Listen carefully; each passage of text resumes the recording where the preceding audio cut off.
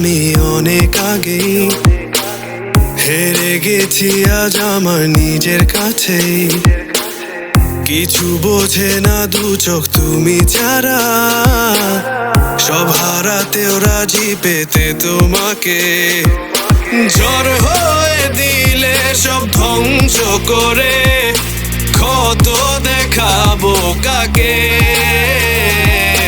পারবে না থামাতে কেউ আমাকে, সব শেষ করবো নিজের হাতে।